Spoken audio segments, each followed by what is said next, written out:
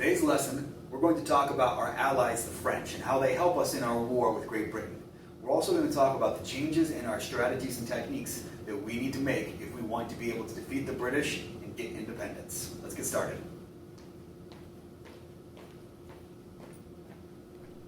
So before the French showed up, we had hardly any warships. And if you remember in the last lesson, Benjamin Franklin was in France asking them for help. And they didn't really decide to help us until they saw we had a chance of winning. But now they were sending ships. Our boats before then were basically just rigged up for battle. Like we had merchant ships that had guns attached to them. And that would be like today going into a tank battle and you have a Honda Civic with machine gun tied to the roof. It's not designed for that. The French ships bring military supplies and they attack British ships along the way. By the end of the war, they've destroyed more than 700 British boats. An American captain named John Paul Jones becomes a hero for something he does. He's fighting a naval battle, so a boat battle, against a British warship, the Serapis. And his boat is sinking.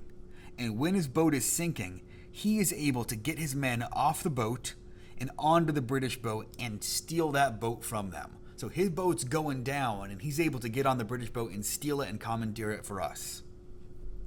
So Benedict Arnold is the next guy we're talking about. We mentioned him a couple lessons ago as being, a top-ranking military officer. Benedict Arnold fought at Quebec and Saratoga, and he was well respected. He was chosen to be in charge of West Point, our military base, by George Washington. It's probably our most important military base at the time. But Benedict Arnold is feeling a little bit salty that he's not getting more credit. He thinks he should deserve more credit than he's getting. So what he decides to do is he decides to betray America and give West Point to the British. In exchange, they would make him a high-ranking officer. So he sends a message telling the British that the deal is on. And a guy named John Andre is supposed to deliver the message. But on his way to deliver it, John Andre gets stopped by a couple of men and searched. They find his plans. They find the message hiding in a boot. And they find out that Benedict Arnold is going to betray us. John Andre gets tried as a spy and he gets hanged.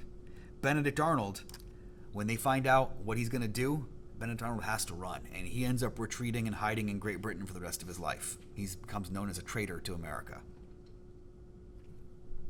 So how were the British defeated then? The British captured the ports of Savannah and Charleston, and we are really struggling to get supplies in.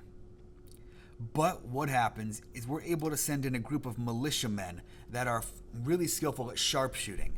So the British, when they fight, they're fighting in a straight line like we saw in the movie. They're lining up and they fight head to head. And if you have a big, powerful army, you're going to win. But we realize we can't fight like that, so we start doing some guerrilla warfare and sharpshooting and sniping people. And we're able to fight differently, not according to the rules of war, and we're able to get quite a few of the British soldiers. A guy named Nathaniel Greene is able to lure Lord Cornwallis, the leader of the British People's Army, into a trap. Lord Cornwallis invades Virginia trying to redeem himself because he's got a couple of losses now and he wants to prove he's a capable leader. The Americans push him back again. So they know that it's getting close to the British being done. Washington decides to move south for a surprise attack. What happens is Lord Cornwallis tries to retreat, and he gets cut off by Marquis de Lafayette. So Lord Cornwallis, when he tries to run, he's surrounded, and he's got two choices. His men can die, or he can surrender. And Lord Cornwallis, on October 19th, 1781, surrenders. When Great Britain's Prime Minister hears of the surrender, he says, "It's all over." The British government was prepared to make peace now, and to give the Americans their independence.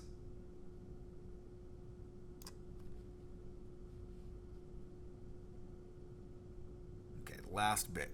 So Great Britain's control of America was made stronger by the Treaty of Paris.